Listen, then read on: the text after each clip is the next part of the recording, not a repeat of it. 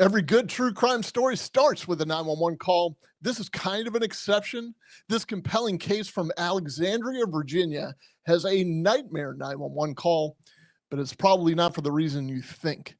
Coming up, we have an eye-opening debate about what modern police agencies are doing with the most volatile mental health calls and why. We have the 911 audio and the harrowing body cam to illustrate our points. I'm Drew Breasy, and this is the Comm Center. I'm an authentic cop, and I've teamed up with an actual 911 dispatcher. His name is John. We had the experience to speak with authority on this tale of two 911 calls. They have similar but different outcomes. We'll contrast their surprise endings. We plan to give you all the details step by step, all that and what it means for your weekend on the Comm Center.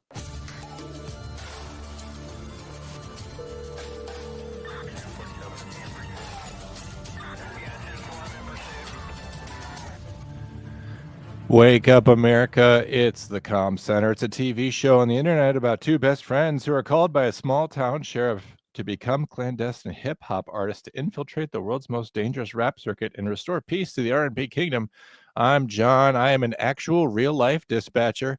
I've been doing that job for about 10 years. Joining me as always is Drew Breasy. He's an authentic cop. He did that job down in Florida for, I'm just going to round it off to say 30 years. Drew, it's been a crazy week. The election's over. What have you been up to since I last saw you? I don't know. I'm telling you, I had the election hangover. I think like everybody else. It didn't matter who you voted for. It was affected somehow. I'm sure a lot of people were affected by it either way. And look, maybe we shouldn't let it affect us so much. What do you think? Probably not. And I just wanted to thank you for your service. You were a veteran, not to the United States of America, but to one of the more popular non-American countries. So I appreciate your service. Are you looking forward to an angry and contentious Thanksgiving in light of the fact that we did just have an election?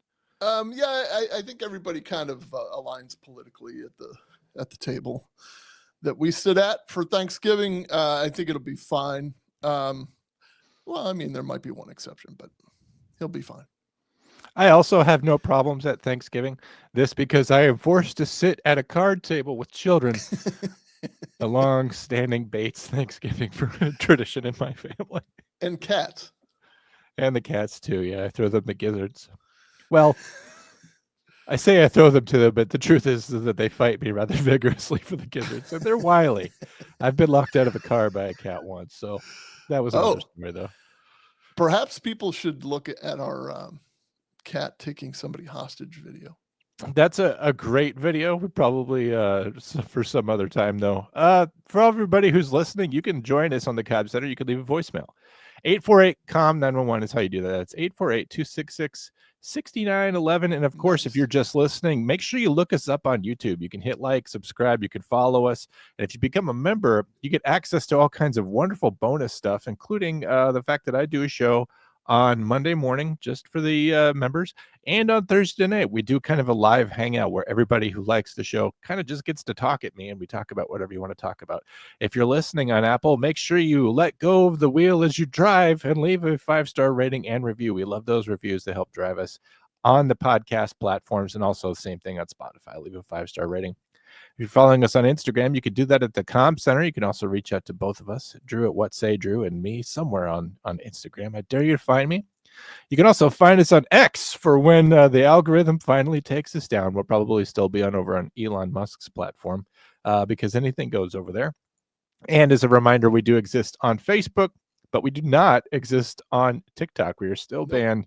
We are still banned in our 54th week of being banned from TikTok. Drew, I'm excited about this case. Do you want to know why? Why? Because I love things I know nothing about. You have not shared anything about this case with me, so all of my reaction is going to be genuine and shocking this week. And, yeah, I know that recently that there's been some like talk or I don't know research that has come forward that say trigger warnings do nothing for anybody. They don't really do anything. They make me mad. What's that? They make me mad. I'm a full-grown adult. What's going to shock me? Look, we're not here to shock, or we're not here for the gore. There's, this this is the real world that we're about to play body cam for. And I don't want to give away the ending either, but you know, we're not here to capitalize on this. I think you and I have learned very early on, and we've stayed consistent with this. Like, this is not, we're going to show this guy in distress, and we're not doing it to exploit him or embarrass him or his family or whatever. We're just using it kind of as almost an educational tool, edutainment, perhaps we can call it. Spinal Tap called it exploitainment that they were engaged in. We're more of edutainment, but we do have a purpose here, and I think it's going to spurn a pretty good discussion about what 911 operators have to go through, you know, during calls like these, and decisions that have to be made, and how actual police agencies are responding to things in the modern era. 911, what's your emergency? My name is Captain Jason North with the Alexandria Police Department. This critical incident community briefing is intended to provide you with information about an officer-involved shooting that occurred on August 12, 2024. We will start with a recording of the 911 call in which the caller reported that his coworker and friend, Mr. Paul Behan, was threatening suicide. Here is a portion of that call. Yes, I was wondering, is this the number to call? I have a co-worker friend who's talking about taking his life tonight. If you didn't catch the highlight, the voice has been modified to protect the individual's privacy. It's more to protect the caller's privacy, which is fine. Like, I totally get that. Like, they want to get involved, yet they don't want to get involved. Normally, John, don't we receive calls like this from family members, right? It's extremely often that they don't want to get involved. There could be that they don't want any blowback from them when the police respond to the house, and the person that we're checking on, they want to know who it is that's interfering with their plans. Or a lot of times drug abuse, substance abuse is involved in cases like these, and people are worried about charges coming out of that. Right, and he lives in Alexandria. All right, so here are some of the facts that we have. Can you see them or no? What if not, I can read them. It looks like we're looking at what we would call a rip and run or a call log. Basically, everything the dispatcher's putting into the call for service, and it's timestamped to say what's happening. Am I correct? Yeah, it's. I don't know that this is timestamped, but it's basically said. It says the caller says his coworker Paul Behan stated to him that he was going to use a use a stapler on himself. That's not exactly what it says. It has the S word. Well, that we a can't staple talk about. gun or some kind of more powerful Thank you. construction tool could be Thank used. you. Yeah. Yeah. A musket. It says he got suspended and he's having issues with his wife. The caller just hung up with him. He stated that he will not be here tomorrow, which is a good indicator, right? Right. He says he does have a 9mm. He is known to have weapons. He doesn't drive, but he owns a Jaguar, and it's gold. He lives alone. He's not military or law enforcement, but he is in the medical field. He said he was going to aim for his brain. He has no history. He has no history with the subject's number. I don't know what that means, but that's, you know, I'm sure. I think it means that he looked up prior contacts to see if this agency has talked to the person we're checking on. We would run his phone number through our system to see if he's ever called us before and what those calls, what the nature of those would be. So here's where it starts to get a little bit serious. Or this is where the officers are going to take note and the dispatchers are going to take note that this is probably pretty credible. They are just, it says unknown mental illness, but they are just coworkers, but they do hang out, and it is very unlike him. The caller says he can drive over to speak with him. He kept saying he's going to end it tonight. He said that he has seen him with the gun. They talk about their guns. He's an NRA member. He has possession of at least a handgun, possibly an MMP 9mm. He has a Beretta also. So we'll play it from there. In response to the 911 call, 2 officers and 1 supervisor were dispatched to 5101 Maris Avenue. The 911 caller stayed on the line with emergency communications personnel for several minutes, providing additional details as officers responded. The caller reported the following notable details.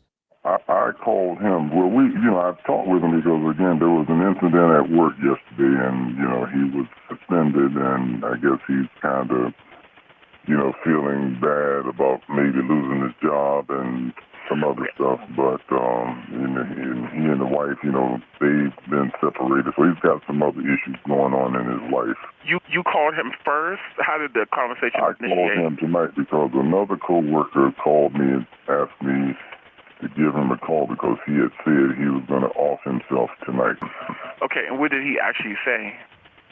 Well, he said he's going to kill himself. He's going to shoot himself. He said by tomorrow he's not going to be here. And I keep trying to ask him, look, can you just wait? Let me come over. Have you ever seen him with a gun, or you just know of him having one? He's an NRA member, and I know he has a 9mm carbine for sure because I have the same weapon, and he has when I had mine, he went out and purchased that one. And I think he has at least I don't know if it's a handgun. I know one handgun. Is that a 9mm? That's a 9mm, right. But I know he has a Beretta CX-5, I think it is. That's a 9mm carbine. He's at home, right? And he is under the influence of alcohol, I know, because he was slurring, and, he said he went and bought, gets a bunch of alcohol and got some food, and so he is somewhat probably inebriated. Okay, all the earmarks are there, John. I would say this is an extremely credible threat. Him losing his job. Many people in the clinical field of psychology will tell you that losing a job is just number 2 behind losing a loved one. He's already going through a painful divorce. He's under the influence of alcohol. He has access to a lot of different weapons. And a lot of times suicidal calls are kind of made in couch statements, because if someone's not serious or they really just want someone to talk to, but they want attention, they'll kind of make it in couch terms. Like, I'll just be gone and it'll be better that way, would be a way that someone would do that. But him saying, I'm going to kill myself, this is not ambiguous at all, Drew. No. So alcohol present, he's making overt threats. This guy is describing that he has guns for sure. He knows he has them for sure. The suspension you mentioned, the family problems, the separation, which, we don't know, could be rooted in alcohol. We don't know. All of these are pretty credible things. Now, I'm not being critical of this dispatcher at all. I think she's doing a wonderful job. And it may be included later on down the call that we don't see. But he mentioned a few times that there is a carbine involved. And the dispatcher may not be familiar with that term. I could completely understand why some people that work in communications aren't familiar with carbine, but that's significant. Isn't it a short-barreled rifle, essentially? Carbine is a rifle, period. So it's a type of rifle, meaning a class of rifle, we'll call it. And what it essentially means is that he has advantage. He has distance. In other words, just imagine it being, whether it's 9mm or not, it's just, the handgun's only going to carry you so far when the officers are walking up the walkway. If he's got a carbine and they know that, they might change their approach a little bit because he's got distance. He can do, from 150 or 200 yards. This is also something that most people might not understand, but somebody who is suicidal may also feel homicidal feelings. Yeah. I've talked to 988 dispatchers who work at the National Suicide Prevention Hotline, who are frequently dealing with callers who are not only feeling suicidal, but homicidal as well. And so gathering information about what kind of weapon is critical for our officers who are going to be taking a tactical approach. And I have to commend the dispatcher for allowing this caller to really talk about a lot of the issues, because if we are going to take the time to de-escalate him, knowing what's going on with his wife, knowing what's going on with his job, and knowing that he's intoxicated all play into our hands. Drew. What I like about what this call taker did also is that he's kind of tap dancing around the subject a little bit. And she's trying to get him to directly say, what did he say? Because this guy keeps saying, well, he said he's not going to be here tomorrow. He's not going to be off. he's going to off himself and all this other stuff. When she pushes him on it a little bit, though, he's like, well, he said he was going to kill himself, and he's, so there's a big difference between those two. It's just like you talked a minute ago about couching the words that you use, using, just phrases instead of direct overt threats. We will now watch the footage from the supervisor's body-worn camera as the officers make initial contact with the subject. Yeah, I wanted to come back around to this too, by the way. They have to knock on the door either way. Perhaps. I mean, maybe if they know he has a rifle in there, maybe they're going to make a phone call and have him step out. But I'm not faulting that dispatcher for not knowing what that is. I guarantee she's going to know now.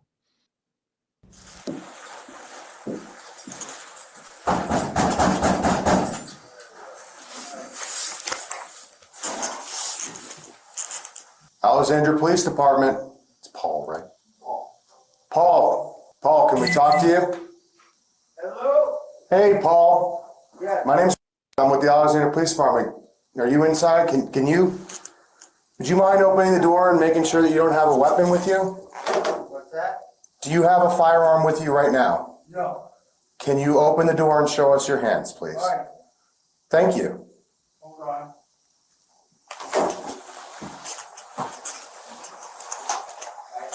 I'm not dressed on you. That's okay, Paul. That's okay with us. We just want to make sure that you don't have a weapon in your hand. We just want to make sure that everybody's safe. That's all.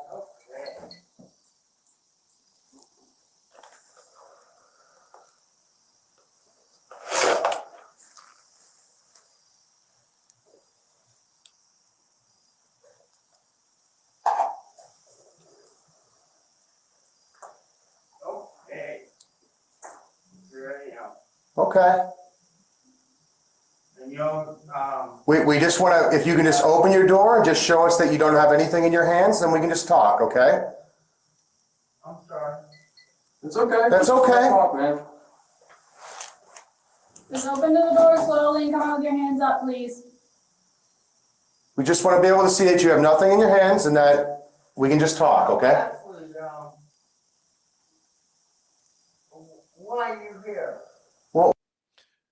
John, I normally chop these up, like edit them to make, for our purposes, to make it more brief.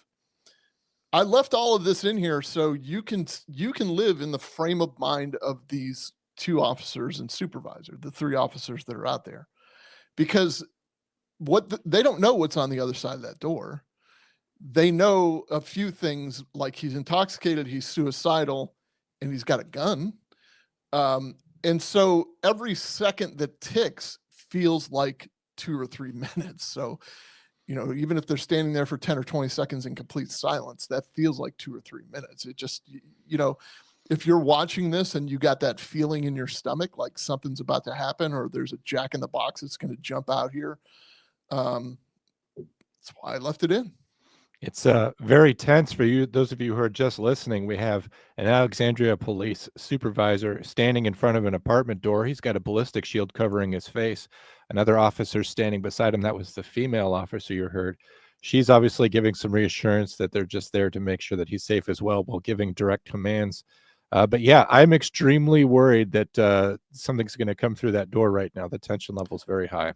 The supervisor's actually given the commands, which is wise. Not that either of these officers did a phenomenal job. Everybody out there did. You could tell that they're very well trained. But this, it's two officers at the door, basically. And you're right.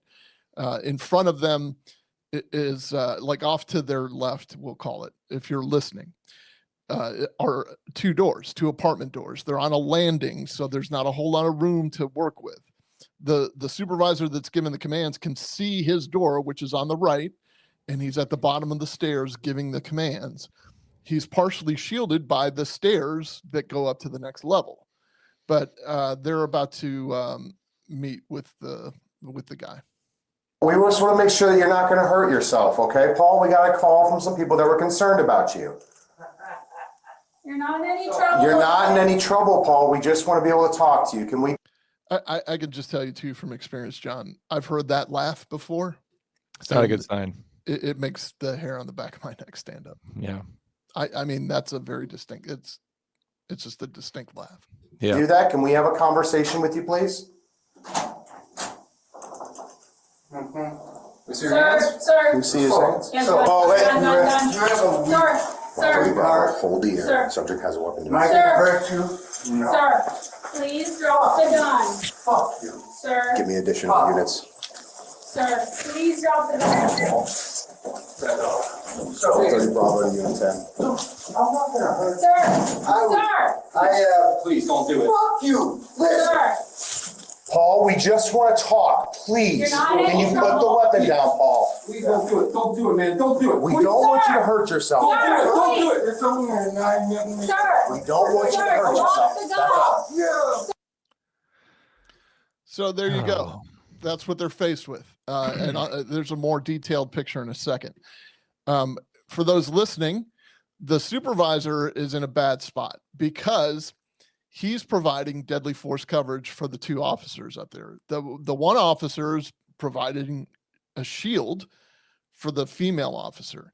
Therefore, he can't grab his firearm. He doesn't have his firearm on.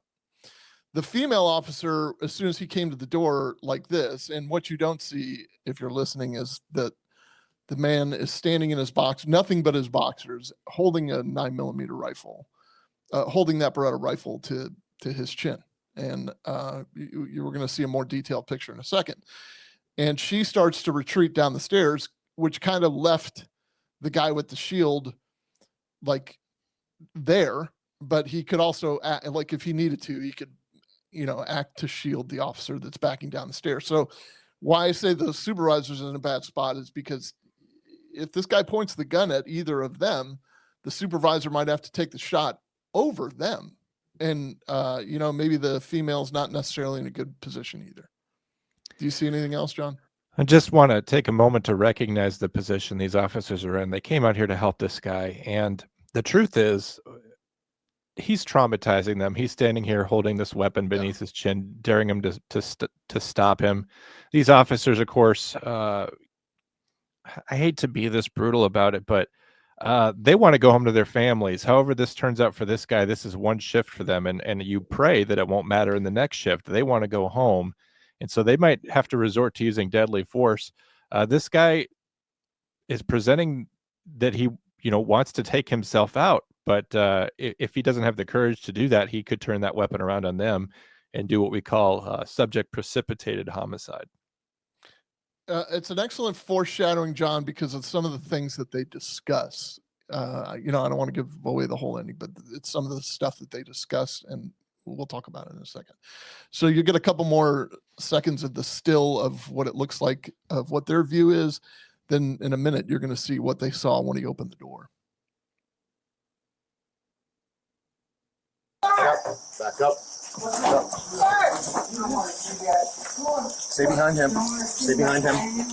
Okay, so the supervisor's saying, back up, back up. They've made it through like a vestibule. They made it through like a hallway. They're now at a door. They're kind of protected, not necessarily protected, and they're definitely not concealed because they made it through like a glass vestibule. He's given the order, stay behind him, meaning you, female officer, get behind the officer with the shield. And they do have like a brick wall on either side of the entrance to use as cover and concealment for that purpose. Use the shield as cover. Sir, we just want to talk to you. In the video, officers made contact with Mr. Behan as he emerged from his residence holding a firearm. The officers allowed him to retreat back to his apartment and close the door. However, moments later, he reappeared and began moving towards officers with the firearm still in his hands. The officers repeatedly urged Mr. Behan to drop the firearm as they repositioned to a safer location. We will now view the same portion of that encounter from the perspective of the officers who knocked on the subject's door. I just want to be able to talk to you. Can we do that? Can we have a conversation with you, please? Sir, yes, gun. So that's what they're met with.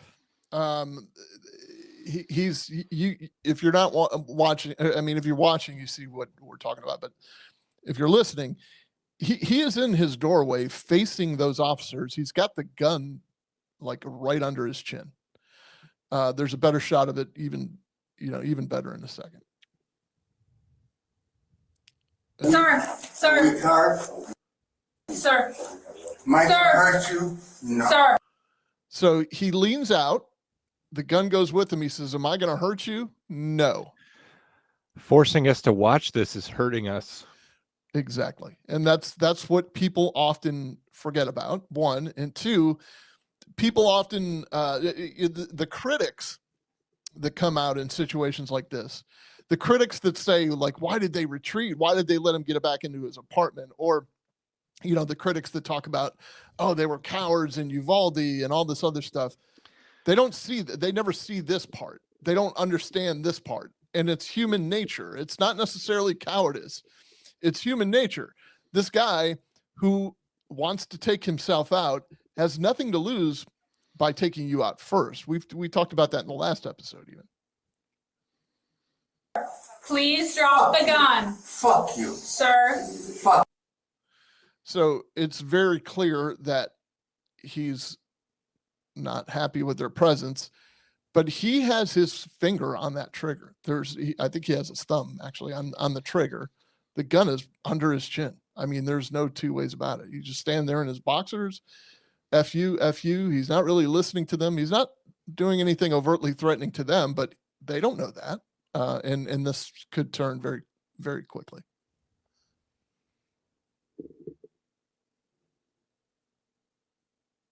Sir, please drop the gun. Well, back up. So, I'm not gonna hurt Sir. Please don't do it. Fuck you. Listen. Sir. Paul, we just want to talk. Please. You're not in any trouble. Put the weapon down, Paul. Please don't do it. Don't do it, man. Don't do it. We Please. don't want you Sir. to hurt yourself. Sir. Don't do it. Please. It's only a 9 minute. Sir. We don't want you to Sir, hurt drop yourself. the gun. Fuck you.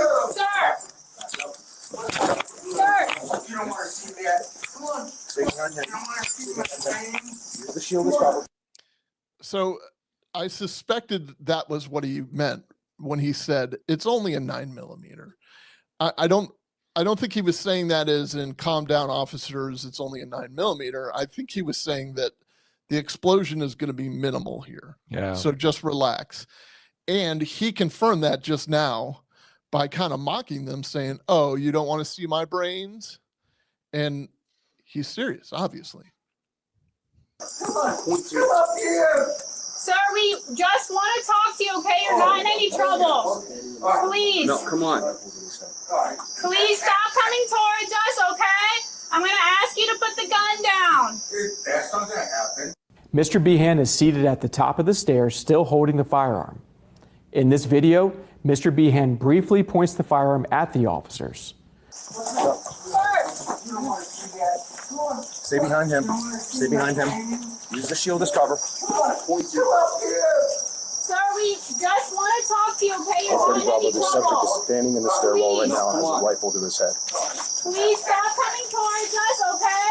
I'm going to ask you to put the gun down. All right, there's another reason I left that in there. You're looking at the perspective of the supervisor's body cam, and he's still, holding deadly force. He still has his firearm out, and he's still got two officers standing right in front of him.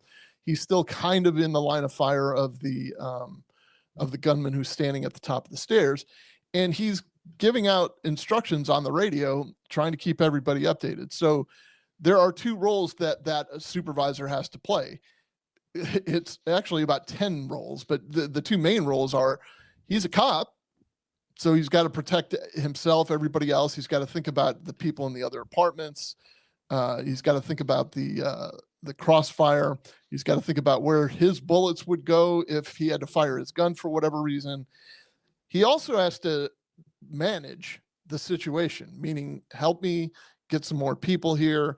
You go around back, those kinds of things. So, if you're a young cop and you're thinking about being a supervisor, these are the kinds of things that you need to prepare yourself for mentally. It's not just the power and the glamour of making decisions, and it's making snap decisions that are important for the safety of everyone around you, to include yourself.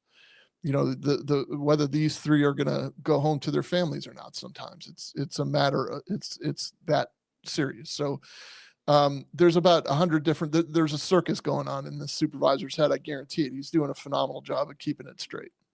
I also wanted to Please go.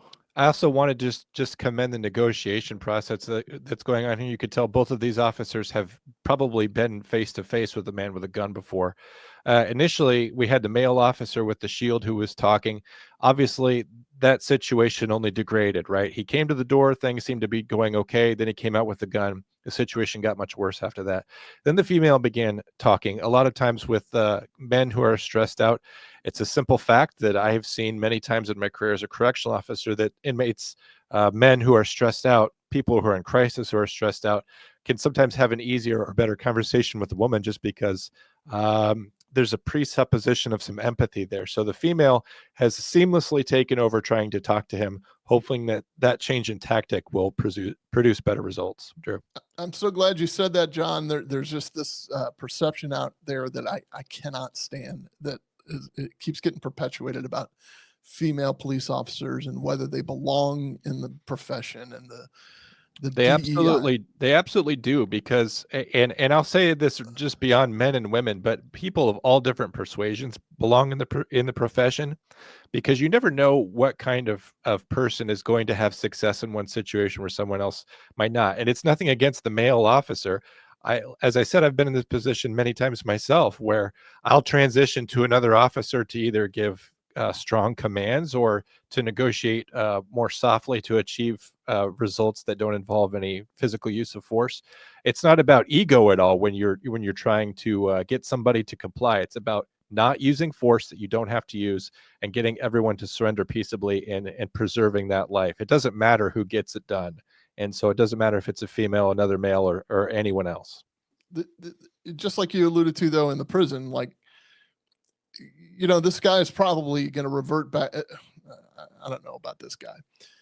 People often revert back to hearing their own mother or, the female figure that's trying to reason with them or talk to them. And, I'll just tell you, from hunting fugitives for as long as I did, that's not what I did primarily, but when we had to find somebody, as long as you found their mother, you were going to find the person, because she's going to bring you to them safely somehow.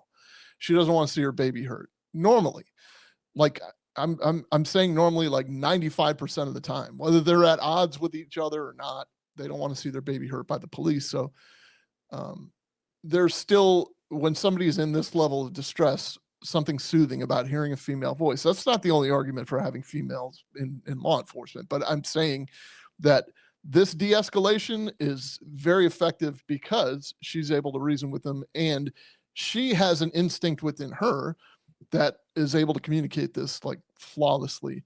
Just like I said about the supervisor a second ago, she's got a circus going on in her head too. She's trying to convince this guy that it's worth sticking around, and it's definitely not worth pointing the gun at them, and she's keeping everybody safe as well. Why? What's going on? This is focused on my brain. But we don't want you to hurt yourself, Paul. Why do you feel like you want to hurt yourself? Why are you here? Because someone called and was very concerned about you. With me right now. What's going on that you want to hurt yourself? Alright. Are you listening? Can you hear me? Yeah, I hear you. 135 on the subject is sitting at the top of the stairwell right now. No, I don't want to hurt you, and I don't want you to hurt yourself either. Right. Well, this is slowly. Okay. Can we just talk to you, Paul? Can we put the gun down and just talk to you? No! We don't want you to hurt yourself, Paul. Paul. That's the end. No. But I'm asking if when I do this, which is the only result I know. Important words right there. He said, when I do this, which is the only result I know. I don't want you to see what I do. Okay, hey, Paul, my name's okay? So, why are you feeling like you want to hurt yourself? She's trained. So, I was gonna stick in my mouth, but So, what's making you feel like this? Can you tell me? gas left. Okay. I do that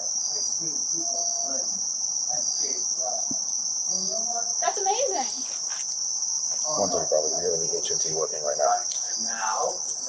Okay, so the supervisor just called for HNT, hostage negotiation team. They're the negotiators. And another important development, this guy said, look, I've saved people's lives. I've saved people's limbs. We know he's worked in the medical field. It also means he's heavily traumatized, I'm guessing. Yes, he's seen some stuff, and maybe that's an anchor point. Maybe that's something you can relate to him with. Like, well, I'm not criticizing by any stretch. Am I criticizing what these officers are doing? They're doing an amazing job, but yeah, at one point this was redacted, but the female officer referred to herself as by her first name. That's to drop the uniform and the officiousness. You also heard her say earlier, "You're not in any trouble." They're trying to bridge a gap of humanity and approach him as neighbors and trying to talk to him. And when she reinforced that he had done good things, that was amazing. Everything that I've seen suggests that's not necessarily going to work, but it's a good opening move. Go ahead. Yeah, it gets better. Why is it not amazing? Let me tell I think it's really remarkable that you save lives. I went to school for like 5 years. Did it help? So let me know. I'll tell you what. The reason you're here is focus. Why do you say that?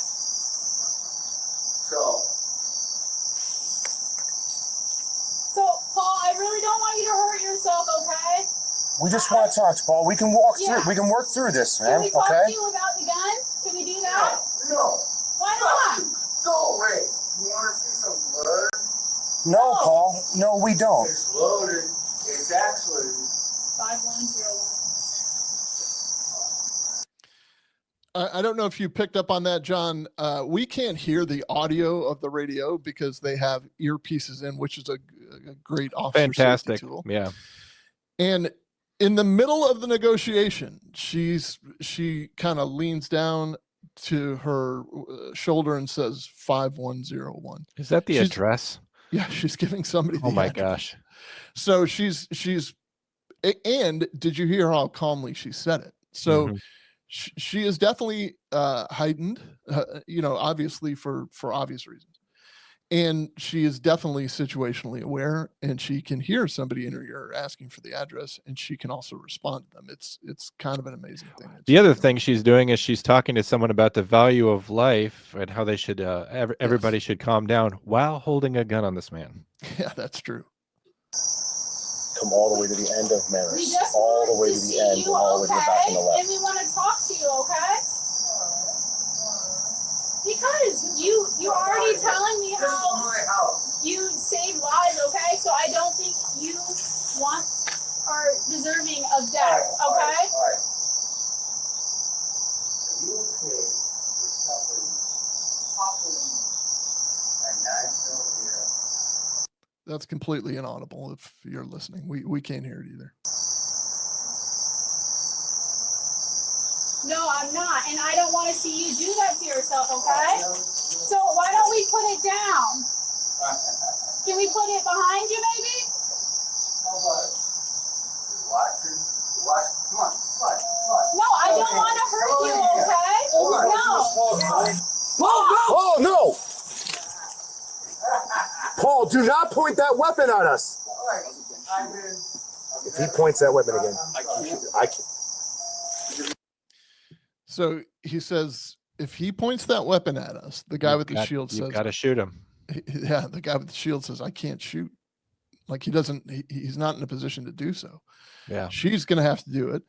I think the supervisor is saying he can't either. Maybe he was the one that said it, or he's around the corner, but I think he's just letting anyone who knows that we're not going to take another risk like that. Like this guy, I would say he's borderline psychotic right now. I have very rarely ever dealt with anyone who's more agitated than him. He does not care if he lives or dies right now. This is a great example of the most suicidal person you'll ever see, and he's very, very dangerous right now. All right, let's slap a little reality on this, because I want people to think about this. If you walk towards this guy, he's going to do one of two things. Both of them end him firing his gun. Okay, so he's either taking you with him or he's just going to take himself. If you back away from this guy at this point, if you just okay, well, we're going to call it a night and we're going to back away. What do you think is going to happen? There's probably, I'd say, a 75-25 that he's going to take care of it. He's going to end it. So this is what happens when a family calls. You know, this wasn't a family member that called in this case. This is what happened when a family calls and says, hey, I've got a family member that's in a mental health crisis. I want you guys to go out there and handle it. And then ultimately something like this happens, and we don't know the ending to this yet. But in some situations, the officer's forced to do their job, we'll call it. And then the family is outraged because that was the outcome. And this is, if there is no greater case for officers don't want to shoot anybody, I'm presenting this as evidence, as like Exhibit A. It's a negotiation for a few reasons. One being they don't want to be shot, but two, they don't want to see the guy die. They were called to save him. And three, they don't want to see the guy die in front of them. It's pretty traumatic to think about, to see. And, you know, this is when people talk about, oh, you cops retire early, you got the life, and, you know, sipping a margarita on the beach and blah, blah, blah. Okay, well, how many lifetimes do you think that this girl has lived right here? How many lifetimes do you think the guy with the shield who can't even get his gun out right now is living? Because the only thing is blocking that 9mm carbine that the guy, the homicidal guy at the top of the stairs, the only thing that's blocking him is that shield. And it's not covering his head. It's just basically covering his torso and part of his, maybe from his knee up. So what about this supervisor? What do you think the supervisor's doing? Do you think that he's just like, another day, another dollar, and it's going to end one of two ways. We'll just go to Denny's right after this. These officers live like 2 or 3 lifetimes in the span of one of these incidents. Get up. We got a long gun. Paul, I need you to put it down. We get another shield. Please put it Don't worry about it. behind We're gonna get another you, shield and up do here. not point it at us again.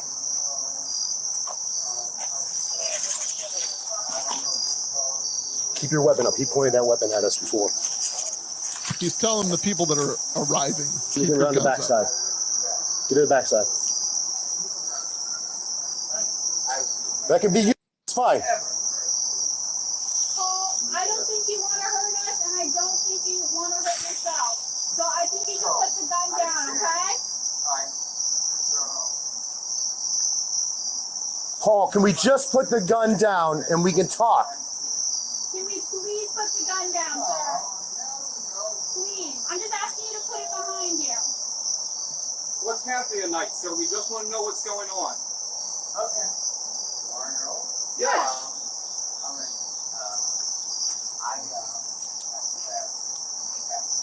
Your tech, yeah.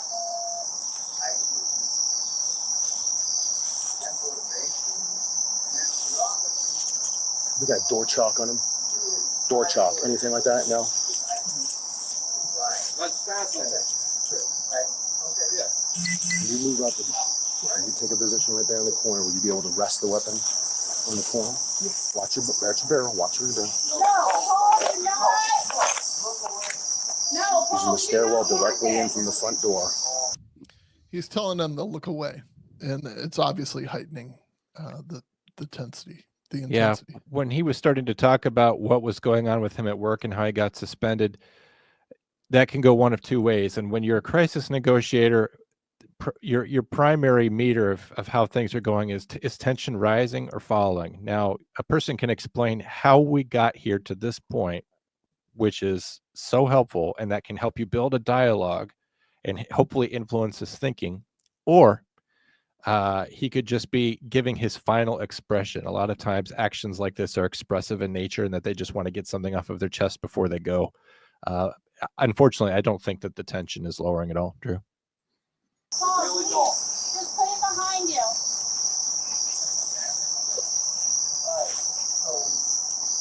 The apartment's located on the second floor. Paul, why are you feeling this way though? So you're everything you're going through at work making you feel this way?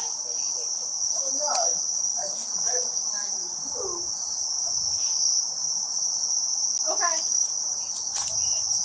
So you do the best that you can do. Can you put the gun behind you, please? Please, Paul, drop the weapon. Paul, please. We do not want you to. Paul, please. Put the gun down. Paul, put the gun down. Please, Paul. Life needs more than this. You just want to talk, Paul. That's all we want to do. You've been telling me how you're a great tech and that you have saved lives, okay? So I think it needs more.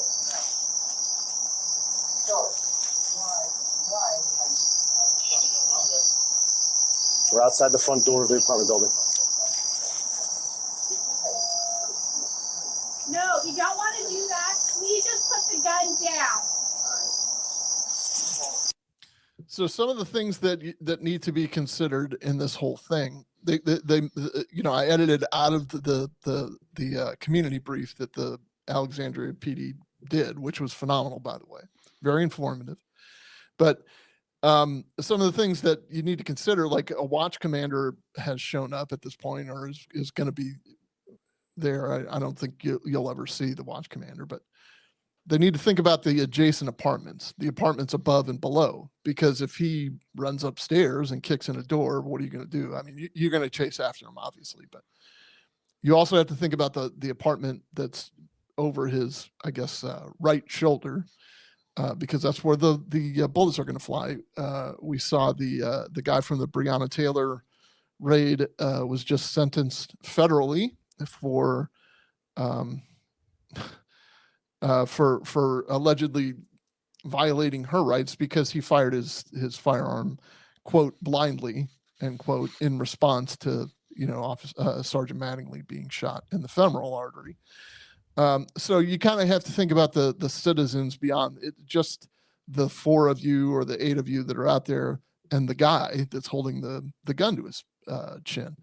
You got to think about the people that are behind there, where your bullets are going to go, and all these other things. So sometimes what'll happen is they'll initiate something called reverse 911, and they'll say, hey, look, if you're in apartment, building number 5101, if you're in any of these 4 apartments, go to your balcony and stay there, or they'll give some kind of instructions like that. Sometimes shelter in place instructions.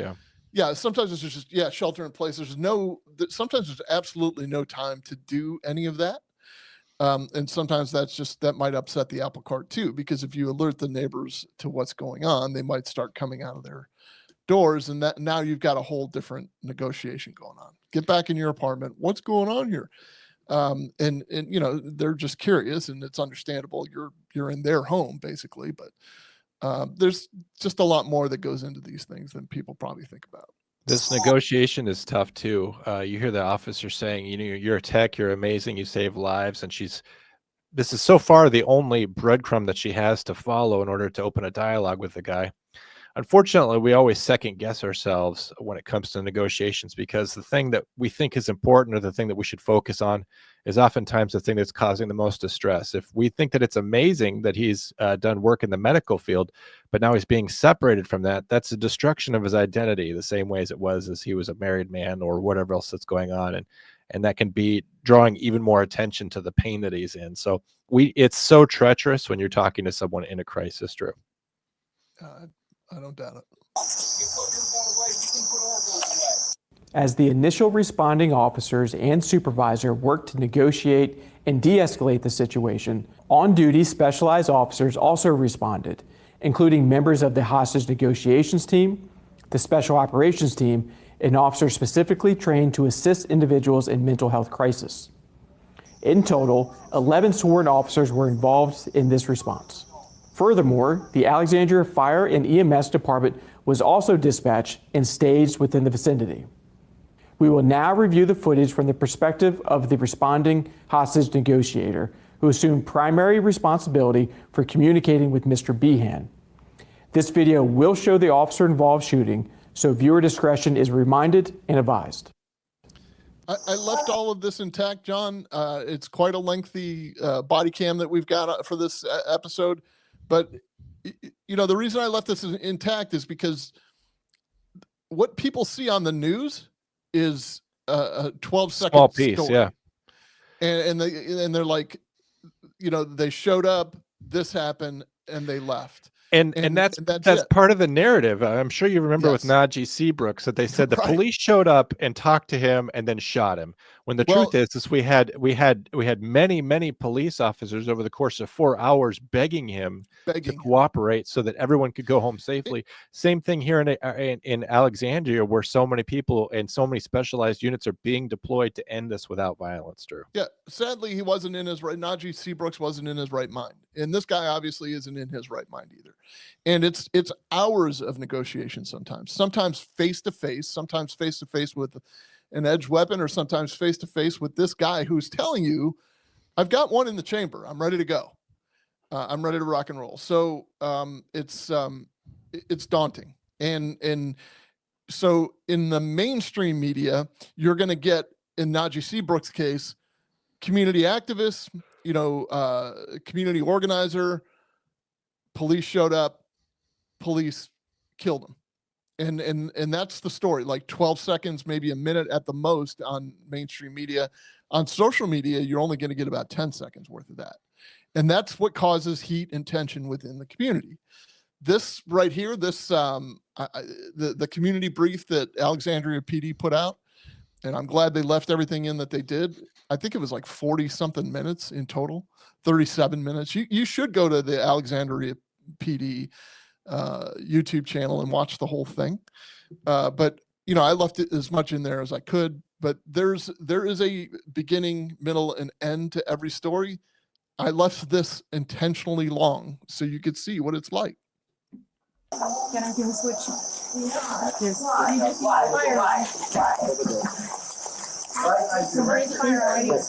Paul? Somebody needs to switch out. Paul, hi. My name is... I work for Alexandria Police Department. Can I talk to you for a little bit? By the book. I can see you're very... I have family in Okay. He says, I have family in police, both my grandpas, my uncles, aunts, many, which is good. It's a good sign, because that's something to talk about. Like, you wouldn't want to put them in this position. You wouldn't want them to be us. We don't want to be them. Mm-hmm. Right. Yeah. So at least it's something to talk about. And we're shifting a little bit to the logistics of a negotiation, because this is face to face. I mean, this isn't like we're going to call inside the apartment and try to talk to him. He's sitting on the top step with a gun under his chin, and you don't get more close to that. And you're going to see that there are some limitations in your negotiation. Many. Both grandfathers, those arms. That's very good. So you know exactly what kind of job we have, and that's why we're here today. So, thank you, Paul. nothing you can do. Paul, can you please, let's just talk. I know you're very upset, and you have reasons to be upset. No. I'm sorry. If you're not upset, tell me how you feel. By the book. What's going on? What brings you here today? Why are you outside of your house?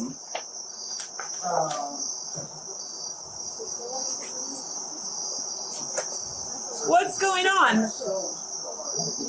With your time. I am so sorry. You're not wasting my time, Paul. One thing that's helping them is that the longer that they stand there and talk, there's every chance that he's sobering up and that he's calming down. So the longer that they have to talk, that works in their favor. One thing I would do is, when he said that I had a family in law enforcement, I'd say, well, what's their name? And then if you think, if Officer Aunt or Officer Uncle was here, what do you think they would say to you? And what do you think you would say to them, Paul? Really try to bring the people that he loves and respects into the conversation. We should mention, John, that in addition to being an actual 911 dispatcher, John is a trained negotiator. Someone was done. Paul, you're not wasting our time. We want to be here and we want to help. Everything is fine. We're here to help. Can you just tell me what's going on? Yes. Can you step forward a little bit?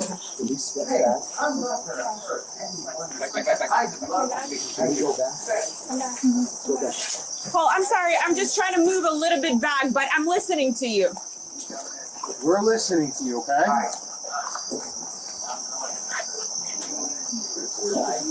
I cannot hear him this way. Can you move over there? Yeah, where do you want me?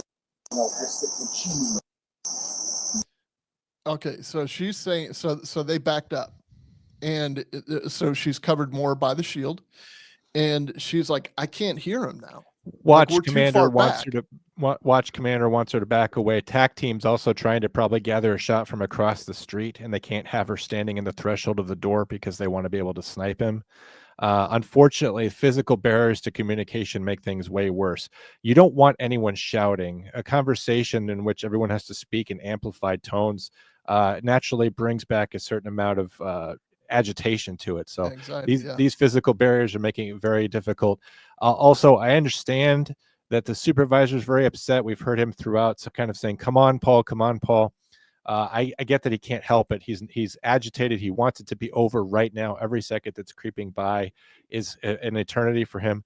But you called out your HNT team. These are the experts. She's doing a great job. She's doing everything by the book. You've got to trust her, and you've got to trust the process and give her the time she needs to do her job. She's no less of a tactician or a brilliant person, a part of the scene, than the sniper. She's someone who can just as effectively end this as the sniper can, but she can do it without a use of force. Drew, go ahead. Paul, I'm sorry. I really want to hear what you said, but I just moved a little bit too far. Can you talk to me? Can you tell me what happened? Okay. Paul, man, come on, talk to us, brother. Okay, no, Paul. All right, I figured you might say something on this one, so I stopped. But the guy that's got the shield on the right side of her, she's standing directly behind a guy with a shield. There's a guy also on the right side of the building with a shield, and he starts yelling, "Paul, come on, man!" And she's like, "No." She's telling him to shut up. She's telling that officer, like, "Look, don't start. Like, just one of us needs to do the talking, and that's me at this moment." And I get it. I'm here for it. That's you don't want to confuse the matter. I do understand the other officer's frustration too. He's standing right there. He's trying to get things moving. He's trying not to let the conversation hit a lull because they're trying to get the logistics right. Lulls are good though. Having pregnant pauses, times where he just has time to think and no one has to say anything is fine. And what's interesting, Drew, just in terms of interpersonal dynamics in a police department, is so often when you have a SWAT team, a special operations team, and a negotiations team, a good team will have those things built together. They train together, they work together, they understand each other. They understand one's a carrot and one's a stick, and that you can use both of those things in tandem to produce very, very desirable results, whether it's preserving as much life as possible or preserving everyone's life. But the thing that's interesting about SWAT people and negotiations people that I have seen is that the negotiations people are often not fully appreciated by the SWAT people. The SWAT people will see that going in there, tackling them, or having to resort to force will quickly diffuse the situation or end the situation. And they don't have a lot of patience. A negotiator has a lot of patience, a desire to interact with the guy, a desire to diffuse the situation. And what's funny is that a lot of times the SWAT operators just don't appreciate that, kind of like how cops often don't appreciate the communication ability of a 911 dispatcher. Go ahead. It did sound familiar. I just couldn't figure out why. Let's just talk. Paul, brother. Paul, I'm looking. Please don't do it. Paul, let's just. Why? Can we just talk? That kind of locks him in, does it not? He's saying, you better look away. And she's like, Paul, I'm looking. Yeah. So don't do it. Please don't do it. A lot of time that there's some bonding to go on there. Like if earlier they said, you don't want to see this or whatever, she one way she could forestall that is saying, Paul, I promise you I'm going to look. Promise me you won't make me see this. I can't look away, Paul. Don't make me watch this. But it's troubling because he's just babbling and he's prompting why, and it's not so productive so far. But he's still alive at this point. Go ahead. I'm pretty sure there's so many reasons why. There's so many reasons why for you to live. There's so many reasons why, you know, we want you to be here with us. Let's just put your long gun down and we'll talk. Paul, I'm here to listen. And I'm pretty sure that everything what you're going through right now, let's just move the finger off the trigger, Paul. Paul, can we just talk? Okay. I know you have reasons to be upset. I imagine you are outside of your house at this time of the day going through this for a reason or multiple reasons. Could be many, many reasons. But all these reasons can be addressed. And that's what I'm here for. I give you a word. I will not. I will never, ever. Thank you so much, Paul, for saying that. Thank you for your reassurance. I can hurt myself. I don't want you to hurt yourself. He's being reassuring, saying, I would never hurt you guys. I would never, ever hurt you guys. And she's saying, thank you for saying that, but I don't want you to hurt yourself.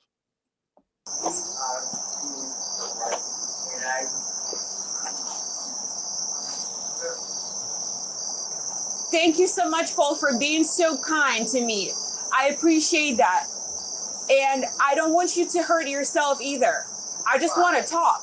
I'm not trying to change your, mind, tell you what to do. Let's just talk. Paul, don't do it. Paul, just put it down for me, please.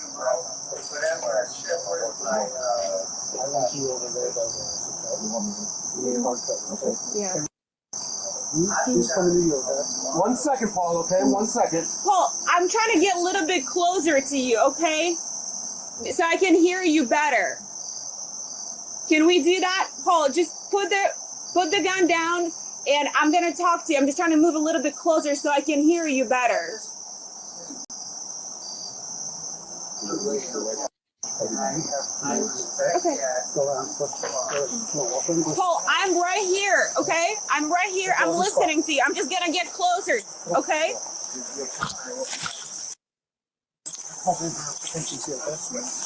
All right, you can't see it, but what's essentially happened is there's a guy to the right of using the brick wall as cover. He's also got a shield up and a rifle up. She just went around everything, around the hedges, and got behind that guy because it's a little bit closer so she can get a little bit more face to face while being properly covered.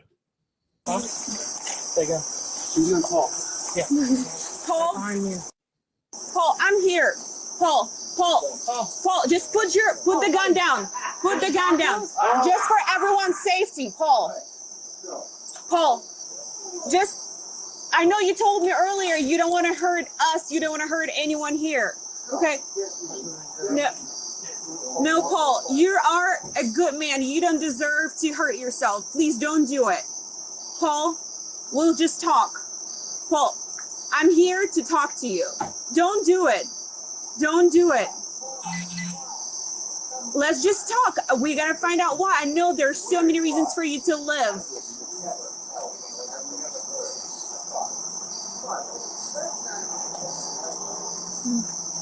Paul, we're doing this just for safety reasons.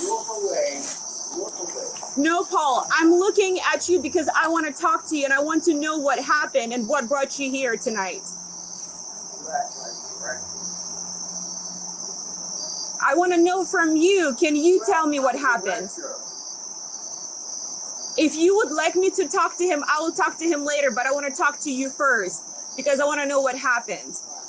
Textbook.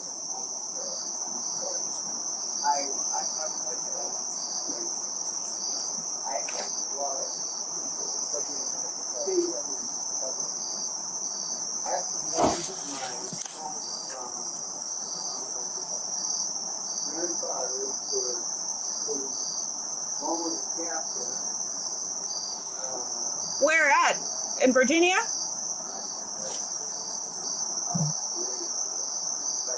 I'm sorry. So listen,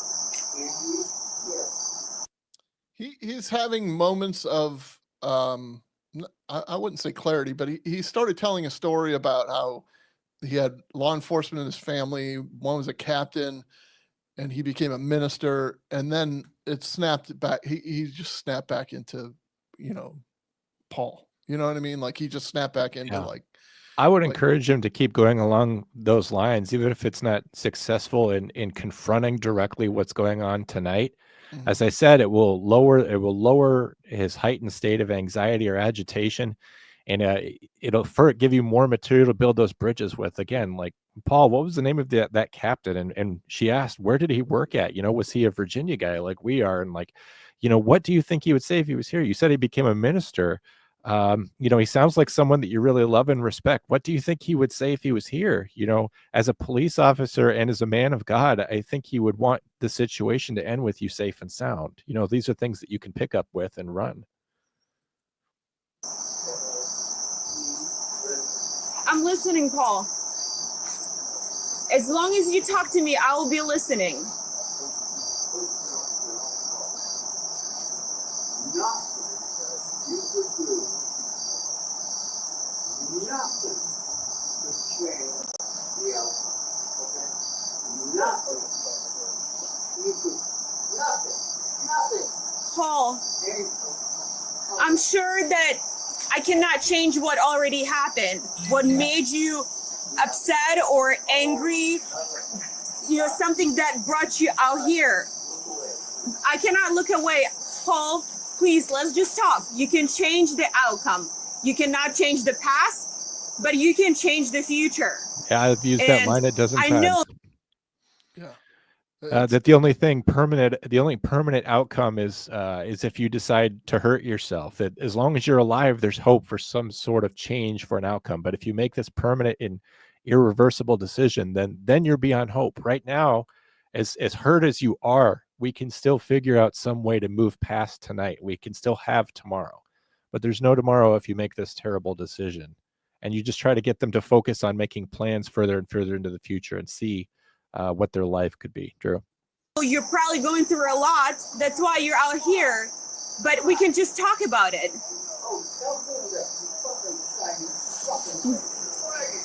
Paul, I'm sorry. We're not doing it to upset you.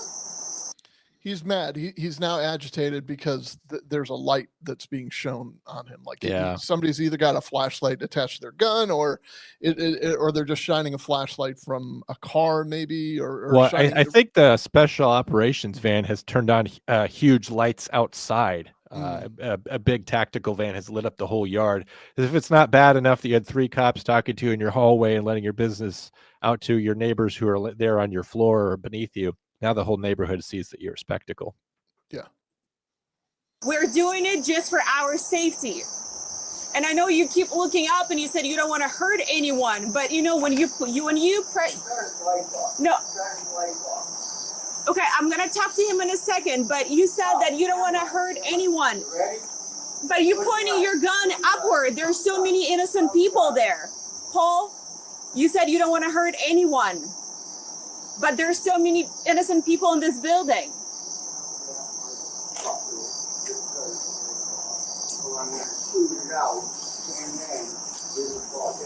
Paul, don't do that. Paul, put the gun down. At this point, Put the he's gun taking down. shots. If he's shooting, there's not much more talking they could do. I mean, they'll talk if they can't resolve it tactically, but if he's firing shots inside an occupied dwelling, it's largely over at that point. For YouTube purposes, I took the shots out and replaced them with lasers. So if that's what you hear, that's what you hear. There were 3 shots, quick succession, and they were from the officers. Good. Guys, right in front of him, under his arm. Underneath his arms right now. Hey, just check yourself. Check yourself. Check yourself. Check yourself. I got him. So I'm checking him. Good. I'm good. I jumped back. Clear. all right, you're gonna. Yeah, I'm gonna. All right, Shield. Yes. all right. Who's my hands? Hey, why do you guys drop the shield? Okay. Okay, you guys tell me.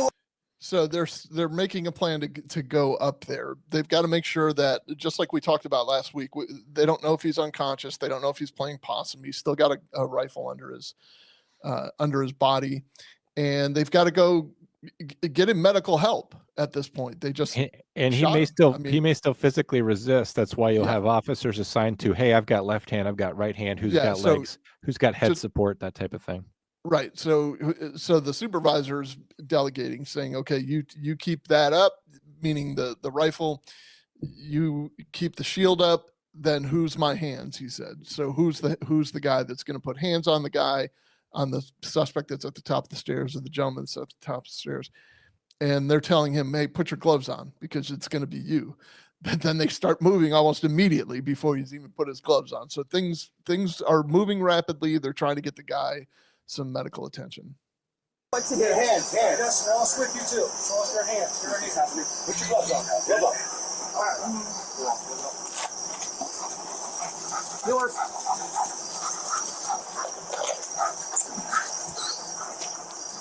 Another purpose of defining who's going to have the gun, who's going to have the hands, you got to have somebody with their hands free. If all three of you go up there and all three of you are holding long guns, or two of you are holding long guns and somebody's got their handgun out, who's going to actually grab the guy? Who's going to, you got to have both hands free. So you got to have a lot of trust in your partners that they're holding deadly force coverage on the guy. If he starts to move again, you can get back behind the shield or do whatever you got to do.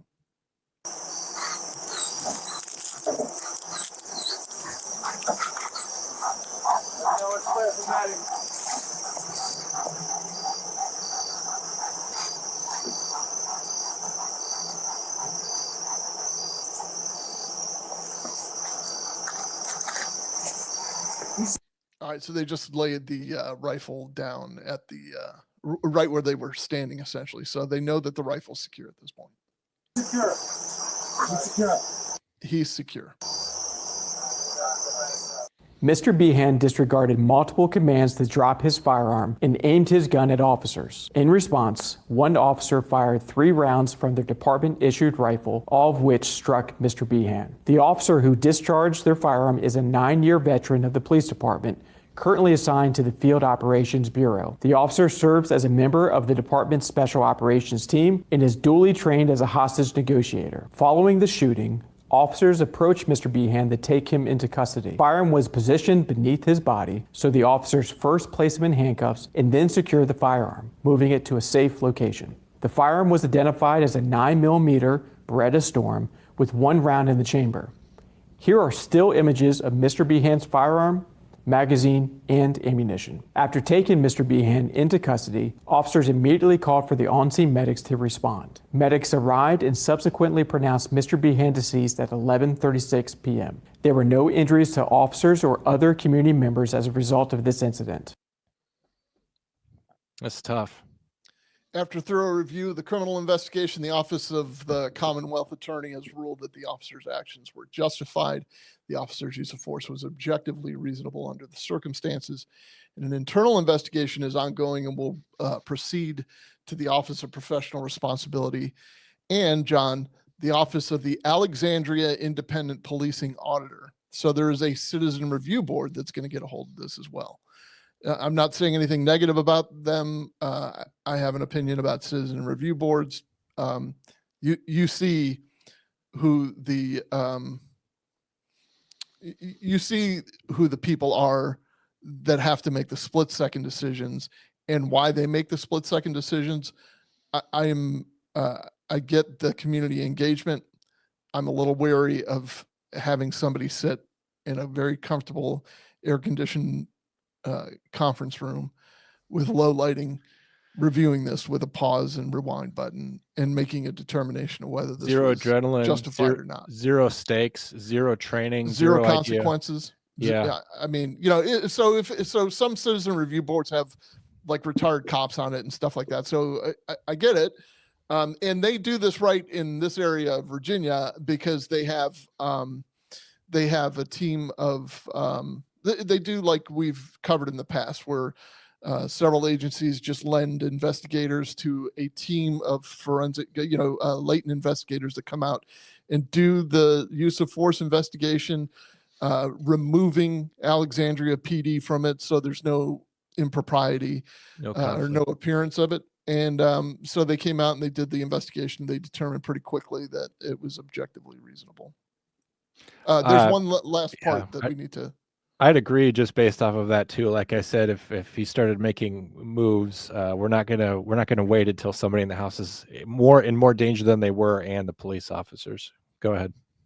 If you or someone you know is experiencing suicidal thoughts or emotional distress, reach out by calling or texting 988 or chat online to speak with a trained crisis counselor available anytime, day or night. Call 911 or go to the nearest emergency room if you or someone you know is in immediate danger. So that's that. Pretty heavy. And one of the reasons why I wanted to bring this up was because of the article that you read the other day from Canada. And what people need to understand is we've been put in a position in law enforcement to have to handle these mental health crises. And you can push all day long for having mental health professionals respond to these calls versus cops. But as John has said a million times in the past, have you actually asked mental health professionals if they want to go to an armed guy? Because it's not going to happen. It just, mental health professional is key and can definitely make a difference under certain circumstances. But when somebody is armed, it's a different story because they're not just a danger to themselves; they're a danger to everybody around them. So, and as a result, John, some agencies simply do not go to these calls because they know how they're going to end up. There's not necessarily an obligation to do that. They can direct the family or whoever calls to call for help, to get the court to intervene. So there's a court order to send the officers over there, something to that effect. And it's heartbreaking for the family member to have to hear that. It doesn't apply to everybody, but it's heartbreaking for a family member to have to hear, no, we're not going to go help your son if he's suicidal and nobody else is in danger. They're the only one in the house. We're not going to risk our lives. We're not going to risk our officers for that. Like, you're going to have to work it out. We strongly suggest you don't go over there either. And it doesn't always work that way. And how are you going to tell a dispatcher to tell a family that? Because that's definitely an easy discussion that I was a part of actually in an executive staff setting where they're saying, we're just going to tell them don't go. And I very pointedly asked, what do you want them to say? Like, let's come up with a script. What do you want them to say? Because it's very easy to sit in here. Well, you had better come up with this. You'd better come up with a script, not only because it's your idea to have to kick the ball to the other team, to the dispatch team to have them do this. But if we're going to tell someone that we're not going to respond to a critical incident that's in progress, you're going to need something from your state's attorney that's going to be legally durable, so that when a lawsuit inevitably comes up and this script gets read, it's exactly what the state attorney wants on the record in order to defend this agency. These are situations where the person's at home alone and there's nobody else in the house. Nobody else is in danger. Yeah, so, ideally, except the family member who now knows that the police aren't going to respond, right, are going to go over there. Right. Okay. So what was the case in Canada that you came across? If you're a member of the show, you would have seen this on Monday, but we talked about a case. This was mentioned in CBC, which is the state news in Canada, but a city and a dispatcher contributed to the death of a man who took his own life after a 911 call, according to a lawsuit that was alleged. They say that a 911 call was not treated with urgency, and part of it's because of its location. So there's a lot here that's gray area stuff that we don't know about. Basically, a man dialed 911 near Winnipeg, said that he felt like he was going to take his own life. A 911 dispatcher did not go through the proper protocol that is already in place for dealing with a suicidal person, which is a problem. That's where your liability comes in. But they also claim that the dispatcher did not send resources at a high enough priority, which this is where we get a little bit more nebulous, right? Because it all depends on what are the police already dealing with. If there's a forcible felony in progress, a robbery, a domestic assault, something like that, and also just depending on geographic distances of officers, stuff gets treated according to priority, similar to triage, right? And what we found out later is that Daniel Rentz, after making this phone call and having no one respond to his house, is that he left the house, got 2 jerry cans of gasoline, went down to his basement, ignited these things. There was an explosion. He died of thermal burns, and his house burned down. This all happened as well in a state of methamphetamine-induced psychosis. So he took methamphetamines. He got into a psychotic state. Became very dangerous to others. You can imagine if a police officer was in his house and somehow this gasoline had been ignited or this explosion had taken place. This guy was so dangerous that actually putting a first responder in his house might have been the wrong thing to do. Now, of course, his daughter, Lily Jane Rentz, is suing the city of Winnipeg and that 911 dispatcher for a breach of duty. There's 4 things that you need to prove liability, and that's there's a duty to care, which all 911 dispatchers have. There's neglect of that care, which is nebulous. Like I said, we don't know enough to prove that. Then there's causation. And the point that I made on Monday is that the 911 dispatcher didn't provide any material support to Mr. Rentz. They didn't buy him the gasoline, didn't buy him the matches. They didn't give him the idea to go do this. I don't think that you can prove causation because the dispatcher didn't do anything to end Mr. Rentz's life. I think only Daniel Rentz did that. And then you have to prove damages. So Lily is suing, saying that she's lost the comfort and guidance of her father. One remark that's interesting to me is she said she wanted to use the civil litigation process to discover the facts surrounding their loved one's death. That's actually something I've seen now in a couple cases. There was a wrongful death suit about an in-custody death at High Desert State Prison in Nevada, where a mother was trying to figure out if an inmate met his death at the hands or neglect of correctional officers. And she too said that she was only using the civil process in order to open up or create transparency in government about what's going on. However, that person, as well as Lily Rentz in this case, were sinking high amounts of money damages. So I would say that using litigation is you're using a high degree of leverage to simply find out what's going on. Now, Lily is suing for $90,000, which in my opinion is probably just enough to deal with the house. The house, of course, is probably a hazard to the neighborhood. There's probably health inspectors and other things like that in Winnipeg that are saying that this needs to be demolished and that the basement needs to be filled in and all this. If you think about the price of houses, $90,000, she's not even asking for the price of the house. Well, hold on, John. It's 90,000 Canadian. So yes, it's even more confusing because it's Canadian dollars, but right. I don't think that she's asking for a large amount of money. So, but there's also another more cynical reason for that is that what I'm guessing is that if you sue for just, a very reasonable amount of money, you're likely to never even see this go to trial in Winnipeg, that a judge or a jury won't have to decide, and the city will just simply decide to pay it out rather to avoid the litigation. Drew, what do you think about that case? That's probably what will end up happening. I mean, it's they're bonded. There's probably a couple municipalities that share insurance. I think that's how they do it in the U.S. I don't know how they do it in Canada, but I would think to avoid any further, not necessarily damage, but to avoid any further exposure of the case, that they would probably just end up paying something out. I have the feeling they could even settle from there, compromise, say, call it 70 and we're good, Yeah. I mean, I have the feeling that it would probably stretch out so long that 90,000 would dwindle into attorney's fees. But so this is all just damned if you do and damned if you don't in law enforcement. I mean, we are complicated problem solvers. We're, maybe portrayed on social media as just a bunch of dolts who want to, shoot people for throwing water on them and stuff. And that's just not the case. There's a lot of thought. There's a lot of stuff, a lot of confusing things happening all at once.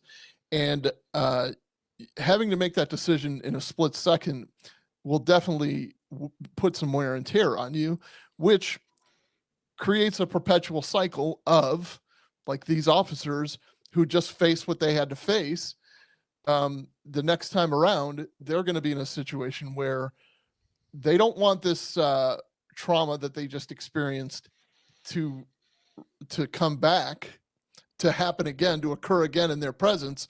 So maybe their tolerance is just a little bit, it's not even that they're controlling, that their mind is controlling, that in fight or flight, flight or freeze, maybe they're not as tolerant next time. And it's the PTSD talking, or it's just the post-traumatic stress, maybe not even the disorder part, but the post-traumatic stress, trying to protect them from being traumatized again. And next time it might be a different citizen of a different persuasion, of a different community, under a different circumstance, but their brain is trying to protect them from this happening again. It's not necessarily a dispositional thing with police officers to want to shoot and kill people. It's the last thing that police officers generally want. It's the last thing that police officers generally want to see. And they were sent to this home to save this guy. And they're having to live with just look at the negotiation. Like, I'm drained just watching them. And the first young lady was doing a phenomenal job. Then the negotiator came in. She was doing a phenomenal job. And it ended the exact same way. It ended the same way in Winnipeg. It ends the same way here in Tampa, Florida, in Hillsborough County. Like, unfortunately, people are sometimes beyond measure, beyond help, and they take their lives. And I don't know that it's the police's fault every single time. It can't be. Well, I don't think it's the police's fault ever, Drew. I've had police officers come in and talk to me, and they've been very, very frustrated about the mental health crisis that we face in our communities. And they'll say, this is not what I got into this job for. It's not against the law to be mentally ill. It's not against the law to be struggling with these things. Why am I being called to deal with this? And of course, it's a public safety issue. As we mentioned, someone that would turn a weapon on themselves would do it onto someone else. But if we can isolate that person in their house, that's why the paradigm shift has happened over where it was 20 years ago, to where we respond to crises like this, to where we don't, because they're becoming way more common. We realize that police officers are putting themselves in danger for, I don't want to say a created or phony exigency, but it's something that could be avoided by the person making better decisions with their life, or deciding to get help rather than ending their crisis this way. And so police officers don't want to be tangled up in this. I feel bad for the hostage negotiators in this one, because standing there talking to someone face to face, they become a human being to you. And when you see them dead, shot, the officer to take the shots was on the negotiations team. When you have to do that, there's a certain amount of guilt in there, because you've just struck down a human being that you were trying to get to know and you were trying to influence. And the same thing can happen on the phone, of course, with 911 dispatchers when a patient dies or things like that. But finally, I feel bad for the dispatcher in Winnipeg who's, for cynical money reasons, being said, hey, my father, Daniel, we're suing for the loss of his comfort and guidance, and we're saying it's your fault.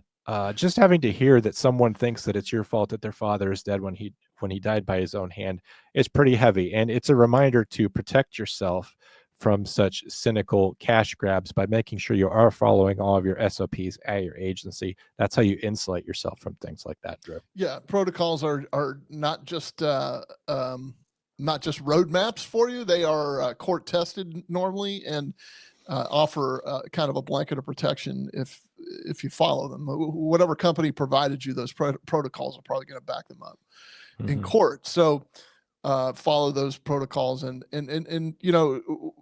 we'd be remiss if we didn't talk about Canada being engaged in assisted suicides. I know. How can it be a prescription for one and then a lawsuit with damages for another? Yeah, I don't just morally. I know I don't want to equivocate the two cases too much, but it's just like, what is the value of human life if you think you can sue for damages in this country, and then the same situation is one where, well, that's just it was the natural ending for that guy. In Europe, they're dealing with similar problems where they are euthanizing people for psychological distress, which to me is just crazy. I don't know how you solve depression and other issues by giving into it. I don't understand that at all, but that's probably best for another show. Yeah. Are we do we have voicemails? No voicemails this week. Jim, you get a welfare check. Could just be that he's mad at me because I'm raising his grandson wrong. I have raised his grandson to be disrespectful. It's none of his business. Tommy, I'm sorry. I don't know what your name is. Timmy, do what your grandpappy says there. I don't want to be blamed for you growing up wrong. It's very important that you respect your elders. And also just be courteous, answer basic questions. You know, I was wrong. Well, I mean, just to be reassuring, it is none of his damn business. Well, I mean, that's please, inextricably true that it's not his business, but sometimes basic courtesy. Just on to end on a serious note, if you are considering self-harm or have a family member that is, please utilize 988. It's nationwide and underutilized. There is a first responder. If you're a first responder, Hope line here in Florida, it's 866-4FL-HERO. Or you can go to lasttoask.com because we generally are the last to ask for help. But all of these cases are very, very sad. And we're coming up on the holiday season. I know there are people that still engage in the debate of like the suicides seem to go up during the holiday seasons. I think it's just exacerbated during the holiday seasons. I think the numbers show that April is actually when, you know, those suicides actually go up. I think it doesn't. The holiday season, we're more sensitive to incidents of that because it stands into such contrast of the joyous season. Wanted to mention too, just with Veterans Day being right behind us, that if you dial 998 and you are a veteran, they have special resources that are just for you. When you call 988, they're going to ask you some questions. We've got to get to know you a little bit to help you. And one of the questions they're going to ask you right from the outset is if you're a veteran. And if you are a veteran and you're struggling with feelings like that, they're going to redirect you to special resources right away. So we understand that the situations and the things that you face are different from other people. And we have special resources just for you if you are a veteran. Well, I think that kind of covers it, John. I mean, this is a heavy episode. It's heavy. Yeah, it's heavy in general, and we run into these every once in a while, and I'm glad we can have this open discussion. What I would love for everyone to do is put in the comments section of this YouTube video or whatever method you're watching or listening, and tell me what you think. Should first responders, should police officers, firefighters, paramedics be put in jeopardy because somebody is suicidal? Is this a matter of mental health people handling mental health issues, or is that our job? Is that what we should be doing? Should we be responding? And then please, by all means, never forget the dispatchers, because that's a heavy burden on them. And let's not forget dispatchers like John, who are trained to be negotiators, who oftentimes deal with this, not face-to-face, but over the phone, which again, to use the term I just used, exacerbates the sadness and the heaviness of the whole thing, because you can devote 4 hours or 8 hours to talking to somebody, and the outcome is the exact same sometimes. So don't underestimate how heavy that is for a dispatcher to have to sit and try to talk somebody out of wanting to end their lives. And it happens more often than people think. Way more often. Very frustrating, and it's you want to talk high mileage, that's what puts the mileage on in their career. Thanks everybody for watching and listening. I'm probably going to go out to my car and eat some eggs. The after show may or may not be coming up next. Thanks so much for watching. We appreciate you, and we'll catch you back here next week for another episode of the Comm Center.